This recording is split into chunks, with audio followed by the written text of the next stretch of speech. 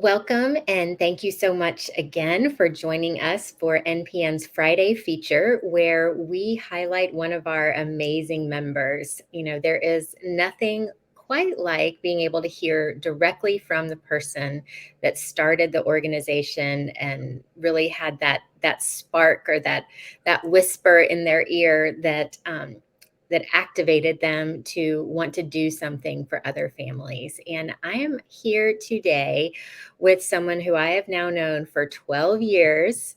She actually helped me coordinate the very first Preemie Parent Summit in 2010. She was also one of the other moms in the room of the conference I was at in June of 2010, where the idea to bring these advocates and leaders together was first sparked. So Deb Discenza of PreemieWorld, I am so, so glad to have this time with you and just really, reflecting on that meeting through National Healthy Mothers, Healthy Babies all those years ago. And then, you jumped right in and said, Yes. if you need help putting this together, let me know. And I said, okay. I remember you had the tattoo on your arm. And Yes. you had that at that meeting, at the coalition meeting. And I looked and I was like, oh, wow. And I was asking about your girls. And then you told me about Zoe having passed away. And I was like, wow. And I was just like, what do you need me to do? What can I do to help your organizations? Because that was when you had Zoe Rose getting off the ground, which now is NPN. And I Right. think I just remember being like, what do I got to do to help you? And, it's a powerful thing. A mom that is grieving is a powerful force to be. I mean, to be reckoned with.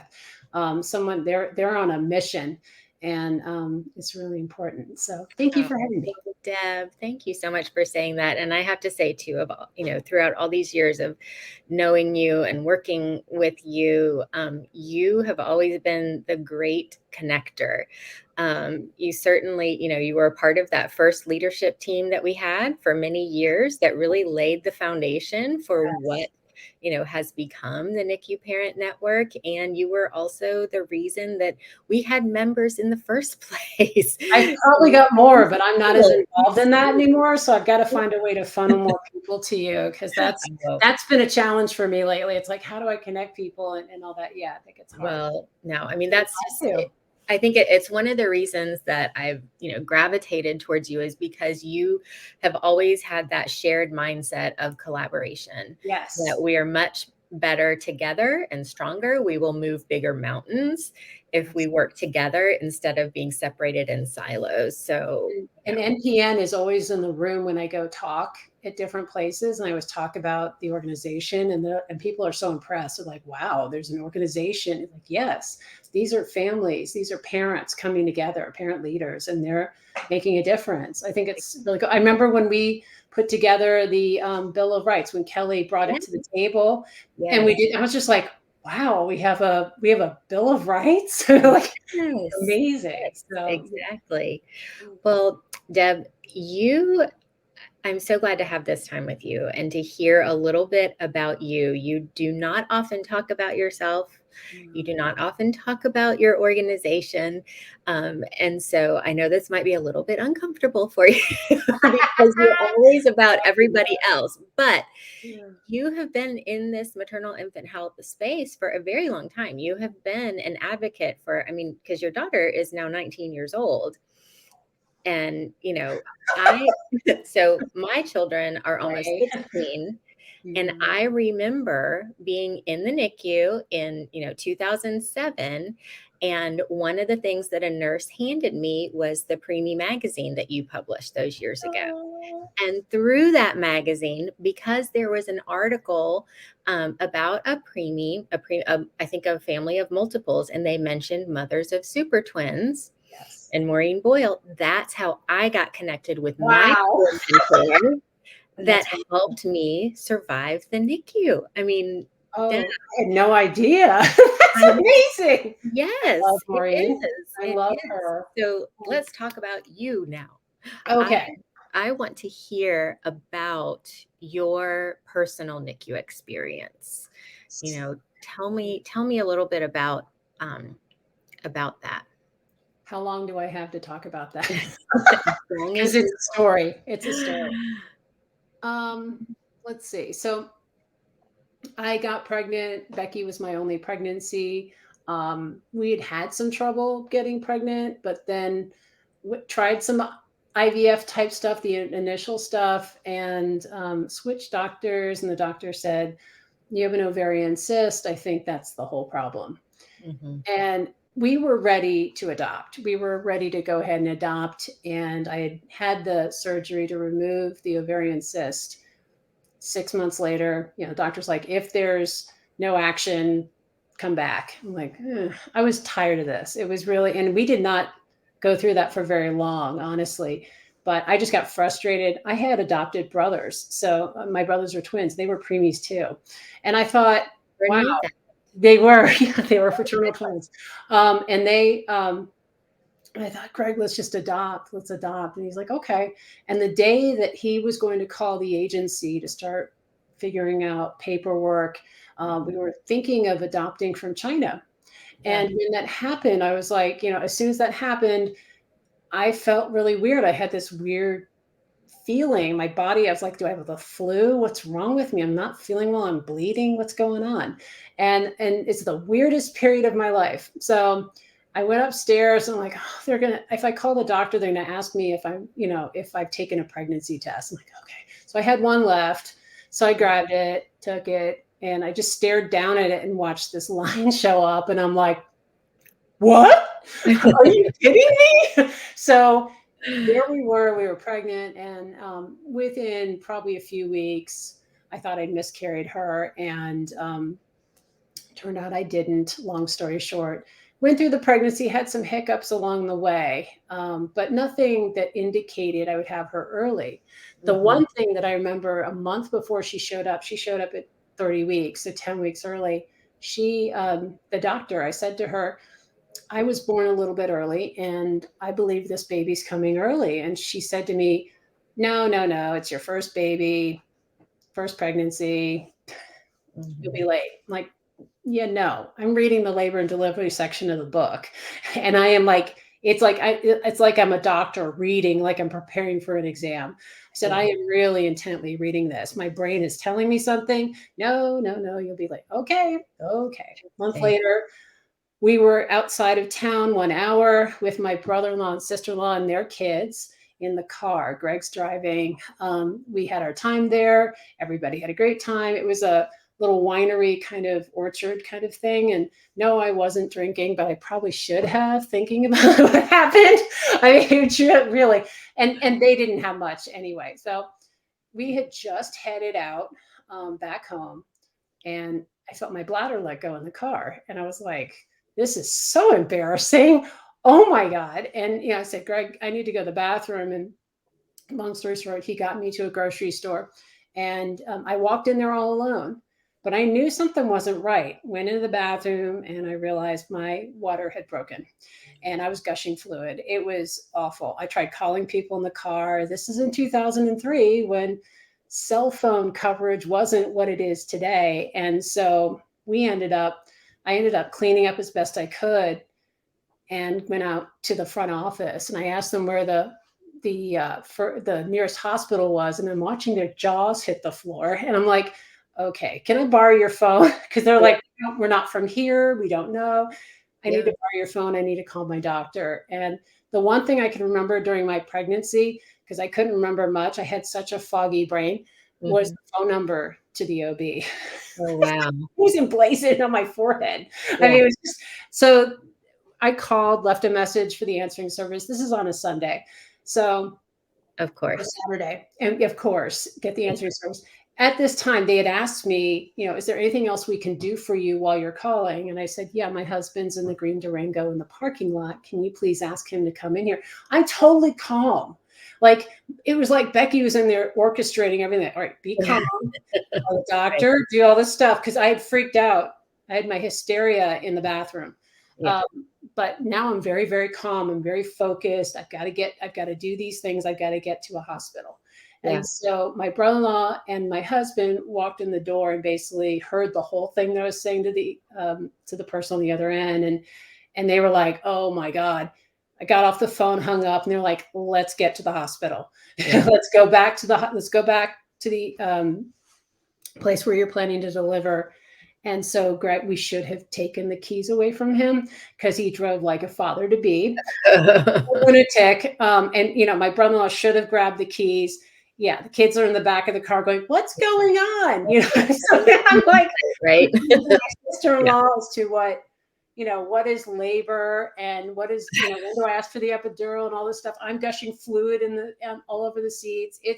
I could already start to feel the contractions, but end result, I did make it to the hospital. They gave me the shots to help with her lungs to try and stop the labor. I got mag sulfate, which was ridiculous. Yeah. That drug is horrible. And 30 hours later, Becky was born. She was 2 pounds, 15 and a half ounces. And that was, if they come, she was 30 weeks. You said 30 weeks. So she was in the range. She was pretty, I mean, she came out with a tiny little kitten cry. We were very fortunate because I wasn't quite sure what we were going to hear. Right. And, and then all and so your doctor kind of dismissed your notion of delivering preterm, and because you weren't really high risk, there was no pre-education about the NICU or what to expect if you were going to have a preterm baby, or none of that. Yeah. It was all about coupons for diapers and stuff like that. Right, that's really to get that bag or whatever it is. Yeah. So for me, it was very much an experience. I learned a lot in that moment.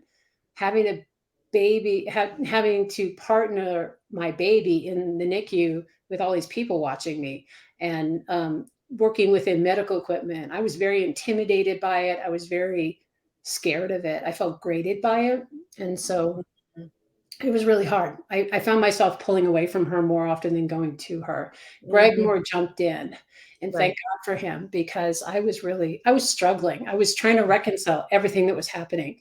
And I was trying to do what I felt was the right thing. I pumped in my room the first day. I did it without anybody asking me to. Greg had to help me, but I was like, go ask if this is appropriate, this yellow stuff, and colostrum. And, I was doing everything by instinct as best I could because nobody was really guiding me. And that was hard. But Becky did come home after 38 days in the NICU. She came home with oxygen, monitor, medications. She had a whole team of doctors. It was a wild ride. And she got readmitted 5 days after she got home. She had a major feeding issue. Nobody truly understood that. And it wasn't something we truly resolved until she was 12, to be perfectly honest. So you talk about dismissing. I had that continually throughout her life. It was, everything. Yeah. So, something kind of dawns on me that I think is, that I would love for you to comment on. And I know this is not something I told you I was going to ask you, but so for me, and I don't know if this is true of other moms that have micro preemies. Mine were 25 weekers, and I would say that the first probably 5 weeks I was just in a state of shock and on autopilot, and just kind of like, okay, what's the schedule? What do I need to do? But it didn't really start to sink in until about week 5 or week 6 that, oh my gosh, this is really truly devastating. I have no idea what's going to happen in the future. I don't know I can't plan for anything, and I'm a planner. It was like all of that just kind of came crushing down on me. But for those who have the shorter NICU stays, the late preterms, the babies that stay, a month or less, like, because you kind of sound like you were on autopilot. I was totally on autopilot. I found myself, there were moments where I caught myself and I was just having a hard time, and I would buck up literally and be like, we got to keep moving. I think it was every night I would be at my computer at home working, trying to catch up on things for the office. I had to go back to work a week after I gave birth. I mean, that's insane to think about now. But I did. I grabbed the big bag, the big pump from the hospital, the rental, the massive thing, and dragged that to work with me. I really, I don't know how I quite did. I was really working part-time until Becky came home. Yeah. And it really was a balancing act because we also had a hurricane hit the area, of course, Of course. during that time. And I really found myself just on autopilot in a way that, okay, I got to get up, I got to pump, I got to do this, I got to get up, go work, go see Becky at the hospital, come home, pump, pump, pump, pump throughout the entire day. Everything was a schedule, Right. and I was exhausted, Yeah. and that was really that was a lot. I just don't understand how parents can do it. Especially with multiples, Mhm. that's got to be it's just beyond overwhelming watching them go through that. So, when do you think you felt the gravity of the trauma, or you realized, did you come out of that autopilot? Did you have a period of time where, just the emotions of what you've been going through really kind of took hold? It took a while, and Yeah, I always I hear felt it, that too. I but hear that. I wasn't the priority in my mind. Becky Mm, was mm, the priority. We okay, everything was focused on her. It was go, go, go, taking her to appointments, going to right. get the handicap tag from the DMV. I mean, all it was go, go, go all the time. When I wasn't working, it was always, and even at work, I was always thinking through, okay, Becky, we got to do this, this, this. We got to do these appointments. And it just, my brain was very focused. But Mhm. yeah, lots of tears, a lot of crying at different points on my own, and just really overwhelmed. People could tell I was struggling with things, but never said anything. It Yeah. was the day that Becky was like 18 months old. We had a whole team of people in our house, in our living room, playing with Becky and qualifying her for early intervention. Mm, That was a shock. That was the moment that I knew the NICU was not left behind. We right. went to the pediatrician that afternoon, and he said, yeah, the coughing that she's doing, yeah, it's reactive airway disease. It's asthma. And I'm Mhm. like, oh God. And that just sent me down a tunnel. And I was really having a hard time grasping all of this. I think that really, for me, I kind of knew we were heading towards something like this, but Mhm. to have people actually confirm it in different ways Mhm. was really hard. And that's when I got some help. I went and got medication. I talked to my doctor, and I went and talked to someone. And that really helped me get it out. Because before then, I really hadn't talked to anybody and said, Yeah. yeah, this was really hard. This is Right. really complicated. Yeah. And it's not over. So, Right. yeah. Right. And this is, like my experience being during, 2007, you said this was 2003. So this is Yeah. definitely pre-Facebook. Oh, yeah. Instagram and Yeah. amazing virtual support services that exist, and, information that you can find, on the computer. It was very different back Very, then. So very. tell me now about Preemie World, because you mentioned that you were back at work, but Preemie World was not your work yet. Yeah. So that So was Preemie Magazine. So I was in the tech and publishing industry. I was working in a nest of companies, but things had the CEO had pared things back a bit. That had a lot to do with 9/11 yeah. and the aftermath with the stock market and all that. Mhm. So I was already at a point where I was burnt out. I was not happy. Was excited to be a mom, and Greg was home with Becky, and we had decided we would do it that way because I had a great job, we had great benefits and all that, but I got to a point where I was done because things were not going well there, Yeah. and I was ready to jump.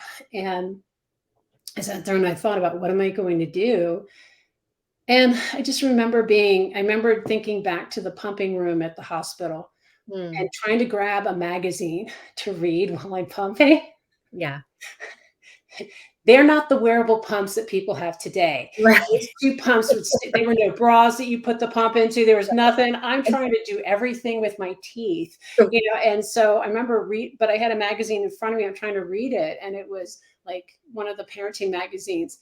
They had nothing in there that I could relate to. Relate to you. Right. Nothing, and Yeah. so I thought about that, and that just stuck with me, and I got all the parenting magazines after that, I signed up for them. Every single one, maybe once a quarter, they would have something about a premature baby or Right. having a preemie or developmental stuff. I thought, God, there's an entire population out there of parents who really need information. And I was constantly looking up things, and I thought, well, where's our magazine? Where's Preemie magazine? Mm. And that's when the whole idea, I remember writing it down. I remember typing on my computer, and I laid out the sections. I literally sat there and drafted the entire plan. Wow. And I approached some people I had worked with, and they said, absolutely. And they jumped on board. And we went national, and for a couple years, we partnered with the March of Dimes nationally, which is wonderful. But we didn't have the funding to keep it going Mm. because you could see that the Great Recession was coming, or at least I could see it. I could forecast. I got a really strange feeling about the economy at that point. And we were really close to profitability, but it wasn't going to happen. But Yeah. I'll tell you, I really, as much as I hated the fact that it had to fold, it opened up PreemieWorld for me. And Right. what sparked PreemieWorld had to do with the fact that my husband was on a metro going to his job because he went back to work. I was home with Becky, Yeah. and he said that this mother had a baby in the on the train, and the baby's in a car seat, has an NG tube, and I he asked he said, pardon me for asking, but was your child premature? And she said, why, yes. And so they were comparing notes and everything. She said, oh, did they have the Preemie magazine back then when you had your daughter? And I'm like, he came home and told me that, and it was just like shivers went down my Right. um, yeah, because I remember people would come up to me and tell me how much they appreciated the magazine, but to hear a total stranger say that, because Yeah. she's like, it saved our lives. Yeah. And I thought about that. I was like, well, you know what? My work is not done, Greg. And he's like, no, it's not done. You got to keep going. And that's when Nicole Kahn and I got together and we started Preemie World, and we wrote the Preemie Parent Survival Guide to the NICU, because I loved all the books that were out there, but quite frankly, we wanted something very different and friendly, a little dark humor and colorful, and Yes. tons of resources. That was the big thing. To me, that was a piece that was missing. For Was a sure. lot of questions to ask the doctor. Yeah. So That's what's so wonderful about the book. And I know you did an updated edition of it, not well, like 2020. Yeah. yeah. I was like, not that long. Pandemic time. Pandemic time. Pandemic frame. Exactly. Maybe it was a long time ago, It but feels like it. it's only a couple of years ago. Yeah. But that's what I thought was really wonderful about the book as well, was just the plethora of resources. It was so digestible. Whereas I remember when we were in the NICU, we were given like a big fat textbook, which, Yes. I wanted nothing to do with. But Right. something that, I could sit and read and understand and maybe even laugh every Yes. now and then. And Nicole and I wanted that because, I Mhm. mean, we involved our stories. We had pictures of our kids during their stays in the NICU and afterward, and all the stuff that we were going through. And it really humanized the textbook, so to speak. Yeah. And that's why people love it. They love the personal vignettes. And Yes. I think that's important. It's It important. It is. humanizes. Well, Yeah. I mean, as you and I have been talking about and, kind of beating our drum for all these years, is if you're doing something that is going to be for or about a NICU parent or their baby, you have to have the parents involved in the development. Otherwise, Right. it's Right. not going to speak to them, Mhm. in the way that you think it's going to speak to them. You have to have that parent perspective. And that's something that you have been championing for, as long as I've known you. And, Yeah, that it's parent voice important is to so continue to. so important. I actually have reached out to a number of NICU Parent Network members over the years when I find out about them, and I go, okay, let's talk. I write for Neonatal Network Journal. Let me interview you and get you out there to the nurses. And Yes, they've got to hear more than just me. right. It needs to be other people. So Yeah, that's really important. Yeah. yeah. So Preemie World really is, I mean, it's a lot of things. You do so many things. You wear so many different hats. Huh? Um, I mean, there was the book, there was the movie that Nicole Yes. did.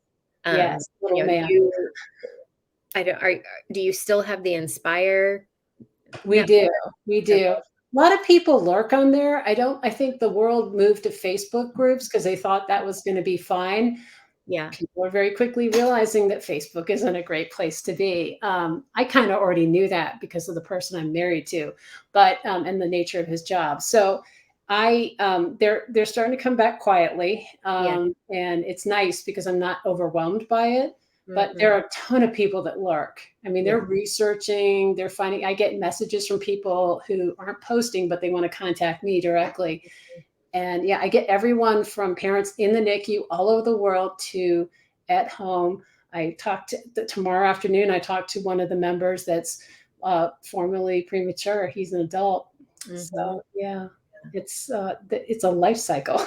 So Right. Oh, for sure. And I think that's one of the things too that's really important about those, any type of virtual support engagement is that you have that really solid trained moderator for yes, whatever those forums are that, understand when, something might be triggering or might be going down a path that's, where somebody needs more help. Because, I think that that's, because I think that we do have a lot of members that have groups that are virtual, but they're moderated. And there are a lot out there that aren't. And so it is, like you were saying, you've got to be real careful. But well, and it's good yeah, that we've all learned about moderating because as NICU parent leaders, we need to model really good behavior because that will magnify to the other people that they're working with, and that professionalism cannot be discounted. We have to make sure that we're showing the best possible manners, but also just how to interact with folks and how to handle things because it's and a it's very important. charged emotional Oh, situation. right. And trust me, I had my moments in the NICU where I was like, "What?"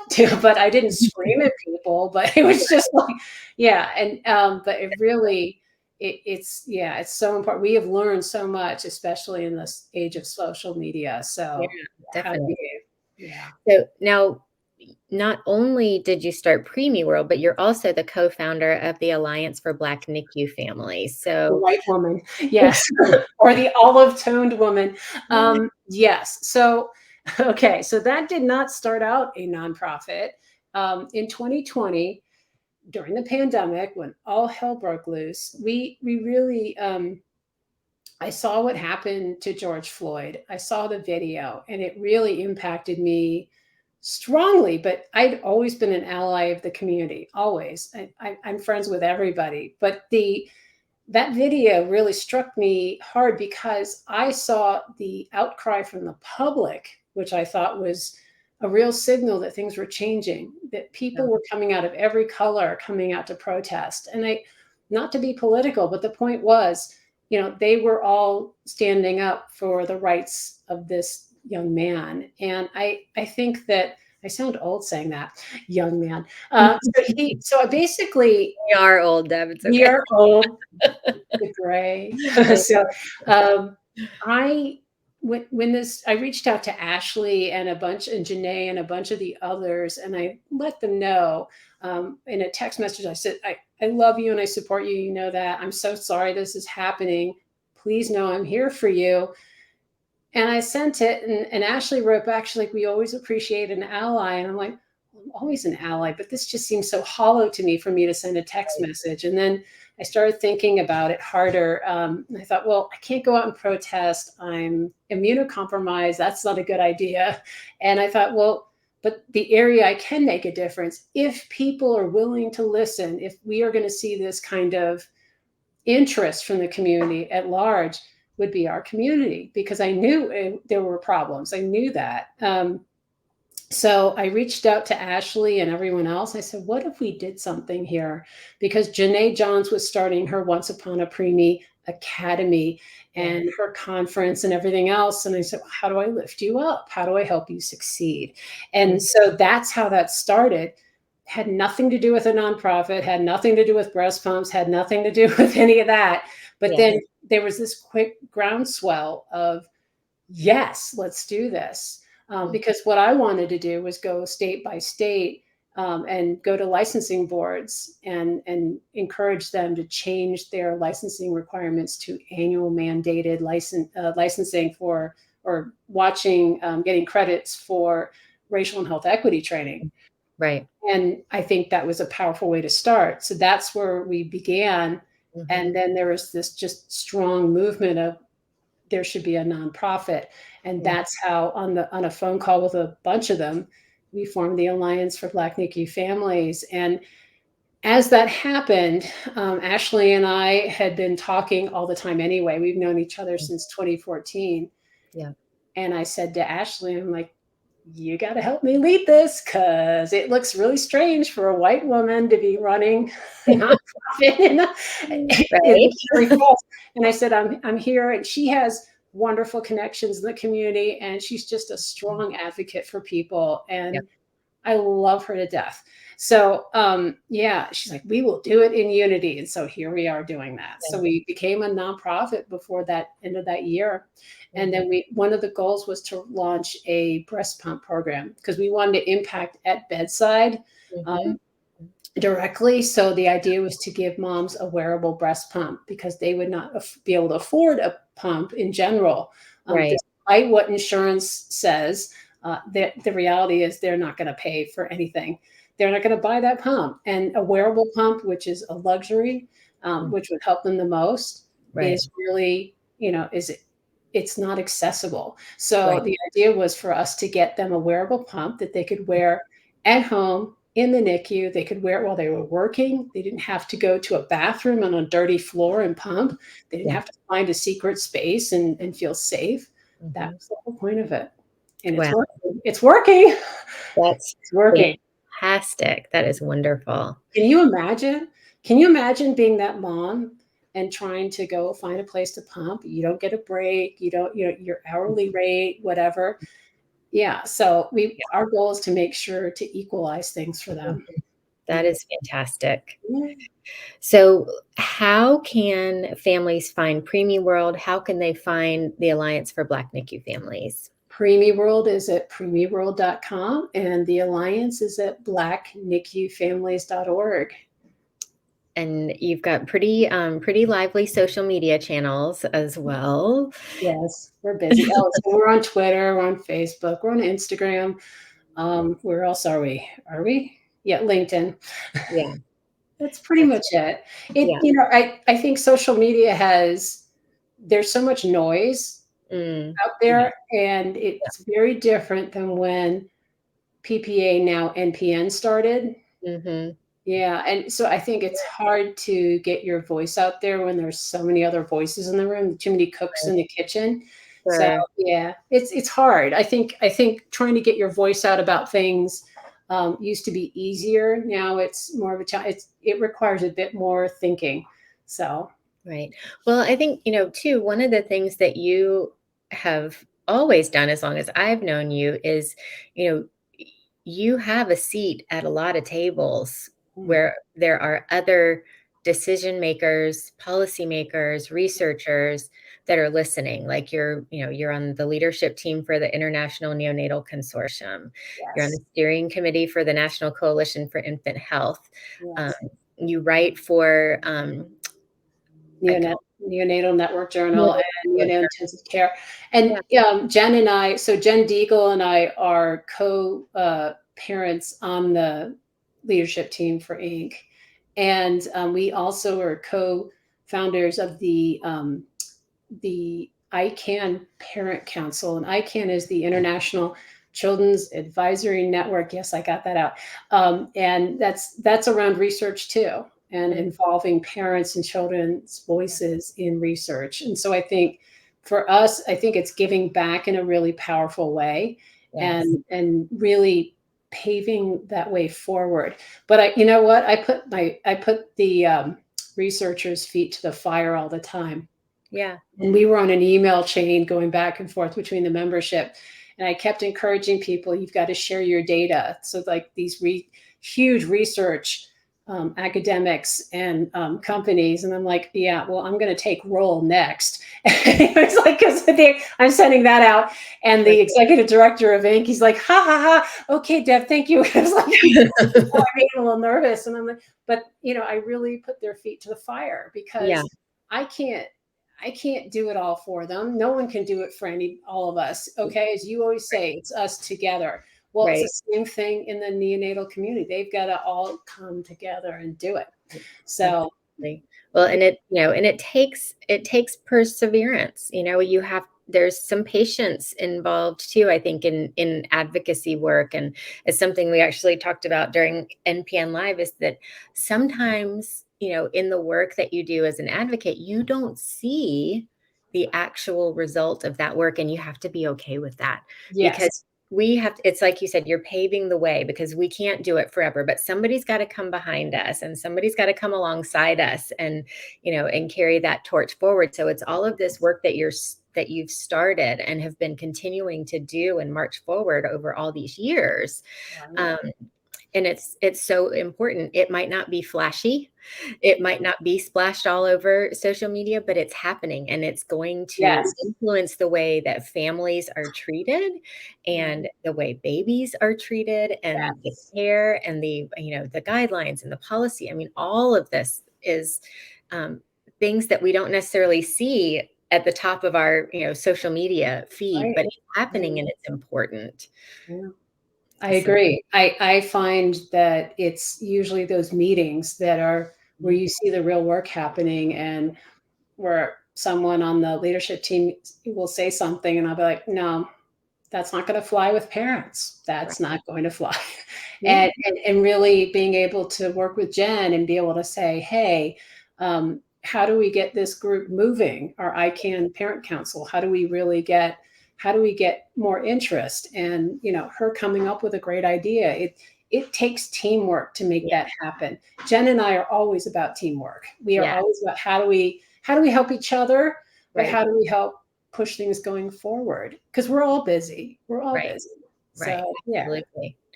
Well, we're like way over time, but that's okay. 'Cause we have a For lot to all talk you about. do. But, I've always loved NPN's conferences. They're really the place where I find a lot of connecting happens, yeah.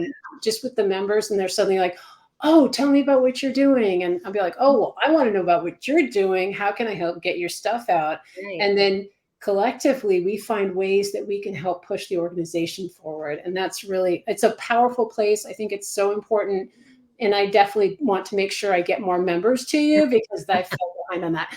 But I think there's a lot more that I see in the future of NPN. But as I've also told you, that it is really a legacy thing at one point where we have to think about going forward, For who's going sure. to carry that torch forward. So I Absolutely. know that I'm thinking about that. I'm thinking about, Yeah. well, one day I'm not going to be here. What am I going Right. to do? You know? Yeah. Absolutely. 100%. Yeah. All right. So as we wrap up, um, I'm going to ask you two final questions. Oh no, I'll Okay. be I'll be concise. Okay. Well, the first one is it's a fill in the blank. Okay. So NICU and bereaved families are Powerful forces for good.